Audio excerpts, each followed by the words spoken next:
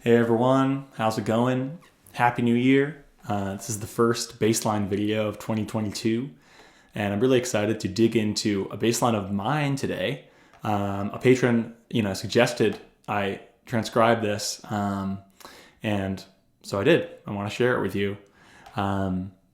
This is a song called Midnight Feast. It was written by an English singer-songwriter named Lal Watterson, and then the Scottish band Lau kind of reimagined it, and we took our version from there. So there's kind of this progression of three different versions of the song, and all three are included below the video. You can check it out.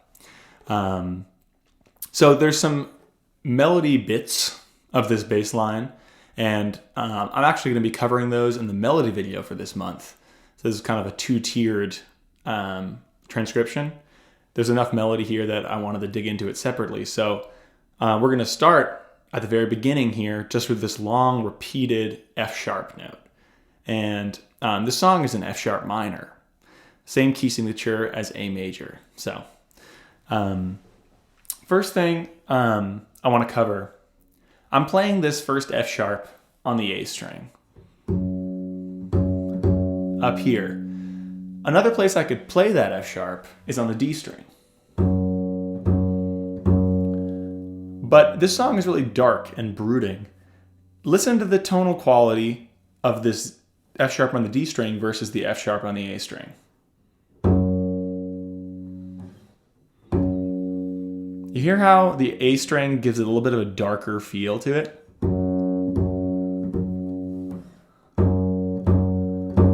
The D string's a little punchier, a little brighter. So I made that consideration when I, came up with this bass line and this bass part. I wanted to keep it dark and brooding at first, and then later on you'll see it opens up into the lower part of the bass. So there's two different types of bass line in this arrangement. This first one are these repeated notes.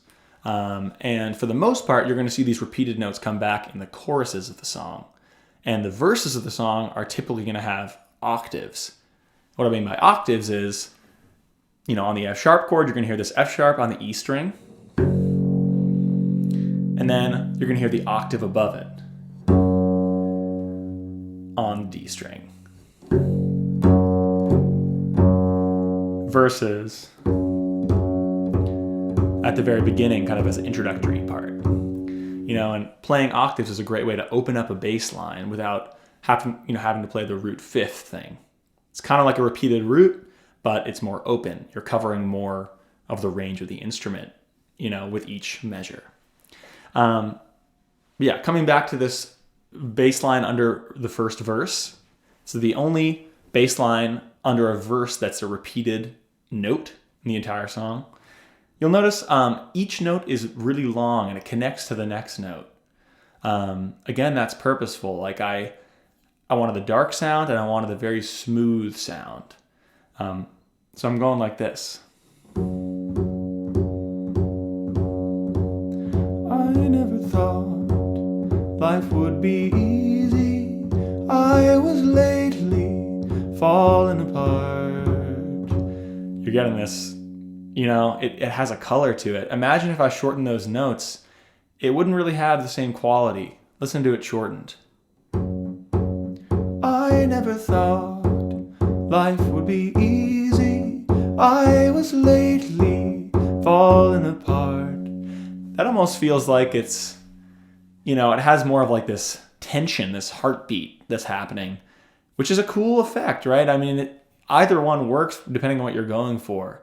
And that's what I want you to take away from that moment is like, use long notes, if you want to create a more sustained kind of brooding effect. The shorter the note, the more it's going to feel like a punch, a little heartbeat, little kick drum sound. So note length is so important, as you could hear in that example. So I'm rocking on this F sharp. I end the bass line right here. You'll see on the last system of the first page, that's the last group of measures, I hit an E, F sharp, E, F sharp, whole note. And that ends that section. Then you have a little melody going on. going into the banjo solo, I have some bass notes, and then we arrive at the first octave bass line. And similar to this original repeated root line, I'm elongating those notes. You'll rarely hear a bass line with octaves that has short notes. You know, I personally have never heard it, and I never really would play something like it. Like,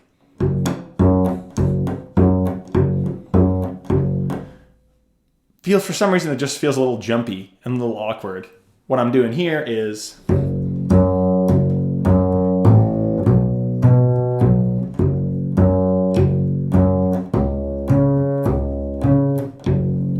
so it's this connected part, similar to that first verse bass line. But yeah, it's under the banjo solo and under the second verse.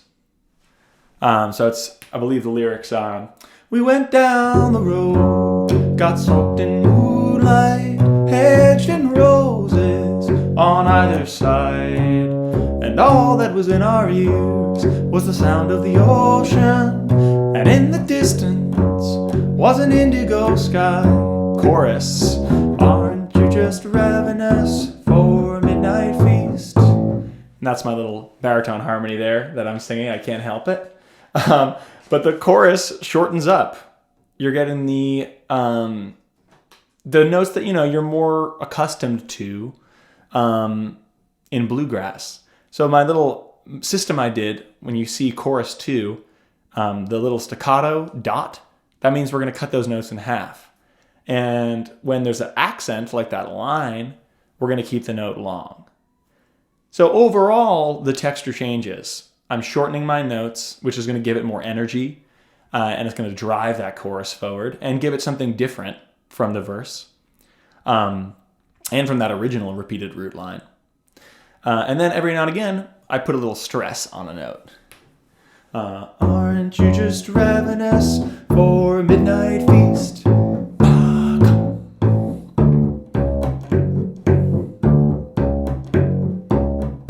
Here's some stresses coming up.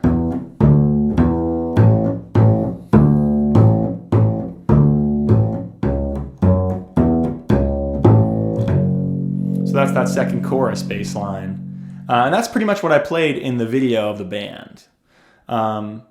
Yeah, so even if a section has, you know, shorter notes than other sections, you might want to use long notes in there.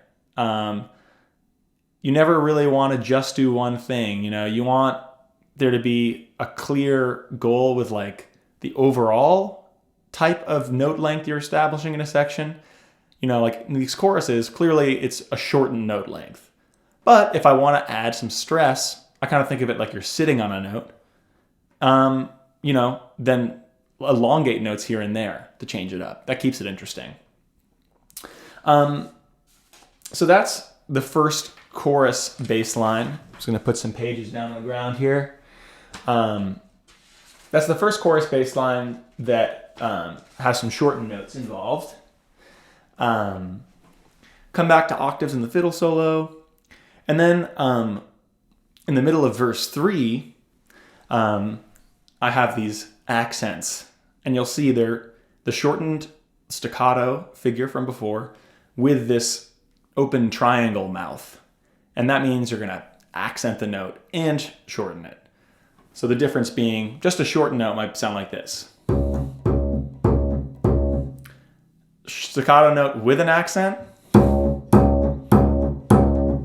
Give it some more volume, some more oomph.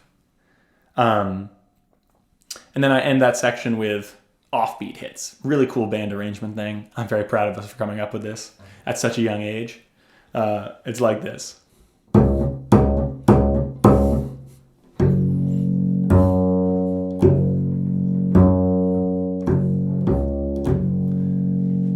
Very cool little figure.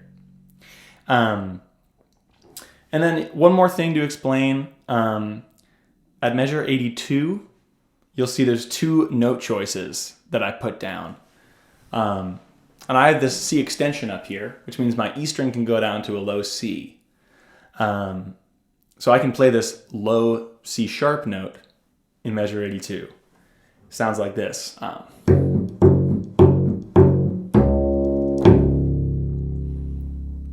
epic low point of the bass line.